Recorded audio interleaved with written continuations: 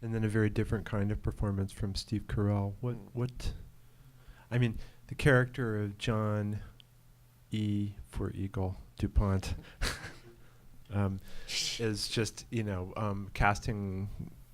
That's a whole other level of having a casting problem, and so it's an incredible performance. And what brought you to Steve Carell?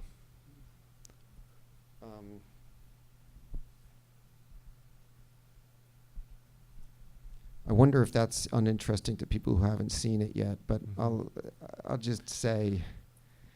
Well, I think it's interesting in the sense that most people know Steve Carell primarily as a comic actor. Yeah. This is a very different kind of performance in many ways from anything he's ever done.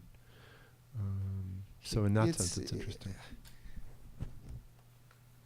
Spoiler alert.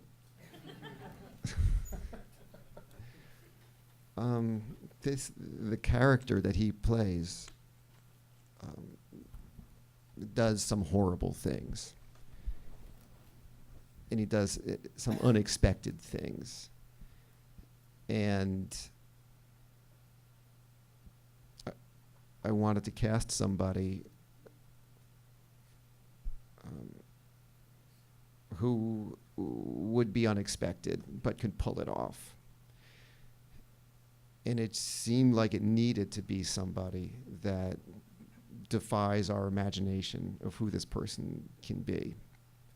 By the way, he disappears. I mean, you don't see Steve Carell in the role. He's just not there. But he said to me when we were first discussing this, he says, I've only ever played. Catherine Keener, have you found a seat? Thanks for joining us. Ladies and gentlemen, Catherine Keener.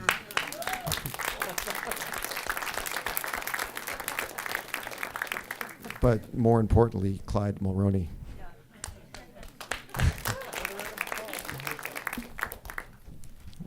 Welcome. I'm going to go back to the beginning and cover everything for you. What was I saying? So where were you born? I don't talk about that. Thank you. So Steve Carell said that he's only ever played characters with mushy centers. And John DuPont does not have a mushy center, though he seems to for almost all of the film. But in truth, there's something very sharp and dangerous inside there. And I'll use the word dark. It fits. Yeah. And so the soft, mushy center part, the awkwardness, the uncomfortable in your own skin and all like that. Check, check, check. Yep. And this other bit, the darkness and the sharpness, the guy is a comedian, which is to say, he's messed up. I'm joking. I mean, a little bit. If you talk to anybody, everybody will say the same thing. Oh, Steve Carell, he's the nicest guy. He's the greatest guy to work with. He's the best guy. He's such a great dad. He's such a great father. It's just, my kids go to school with his kids, and he's just such a great guy. And all of that's true. And he is the greatest guy to work with. And he is an incredibly benevolent soul. But I really do believe that part of being a comic means that there is an aspect of you that you just don't reveal to the world, like ever, if you can help it. Yeah. Ultimately, it's hard to conceal who you are for a lifetime. Yeah. Darkness and comedy really do go hand in hand. They go hand in hand. Don't have to look far for many examples, but in Carell's case, I don't think he ever had an aversion to going there, but I don't think there was ever an opportunity for him to demonstrate, his latitude as an actor. Yeah.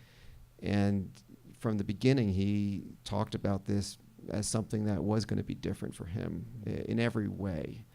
And the solemnity of the story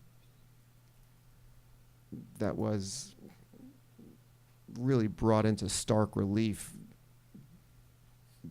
by the presence of the family of the man he murdered on set,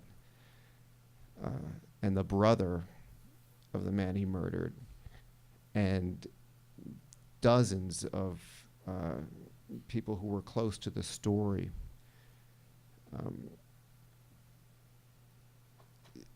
I think only fortified like his original commitment that this was not going to be, a silly thing. Yeah. And we're just going to play the movie for you right now. Yeah. Here we go.